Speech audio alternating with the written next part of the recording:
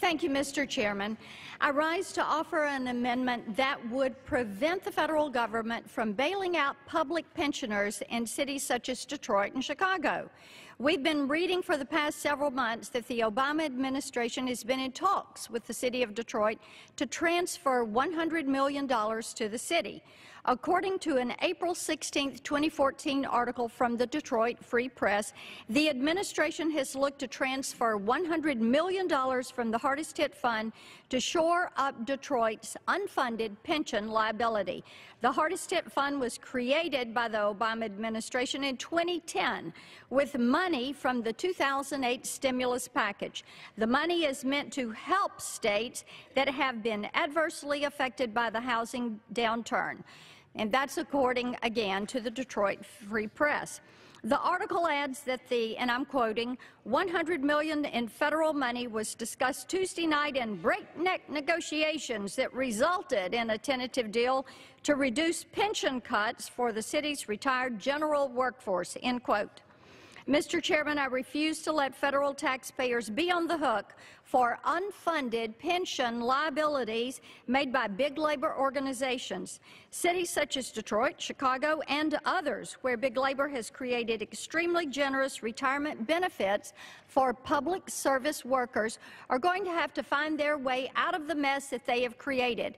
Now, it is my understanding that the City of Detroit has reached an agreement with the State of Michigan to shore Detroit's unfunded pension liability for the time being.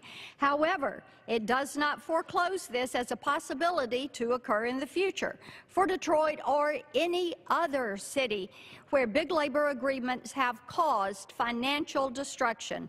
According to an April 7, 2014 article from ChicagoBusiness.com, Chicago's unfunded pension liability stands at $19.5 billion. A February 20, 2013 article in Forbes notes that federal bailouts of state pension funds, and I'm quoting, would implicitly encourage states to keep spending and doling out entitlements, as doing so is popular for politicians, even if unsustainable, end quote. The article adds this is especially true in liberal-leaning areas where public sector labor unions have a lot of control. Mr. Chairman, we must foreclose the administration's bailout of big labor as a possibility. I refuse to stand by and watch hard-working taxpayers be on the hook for the irresponsible decisions of liberal big labor groups, and I reserve the balance of my time. Gentleman. Thank you. I find the gentleman's choice of words so interesting. I think he used mean and mean-spirited several times. Let me tell you what's mean-spirited. Mean-spirited is looking at future generations and saying, you didn't want this, you didn't ask for it, but guess what? You've got a $17 trillion bill on your head. Right now, the birth tax for every child born in this country is $54,000. Is that good? Of course not. Is that mean-spirited? You bet it is. You're saying you owe this money, like it or not, because Washington can't get its spending habits under control. Washington is spending money it does not have to pay for programs that my grandkids do not want.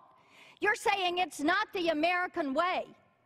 Let me tell you something. Using borrowed money to pay for debts that have not been created by this government, that's not the way we do business. I would remind you, a congressman from Tennessee stood on this floor at one point in history, and he reminded the body that this was not their money to give. It is the taxpayers' money.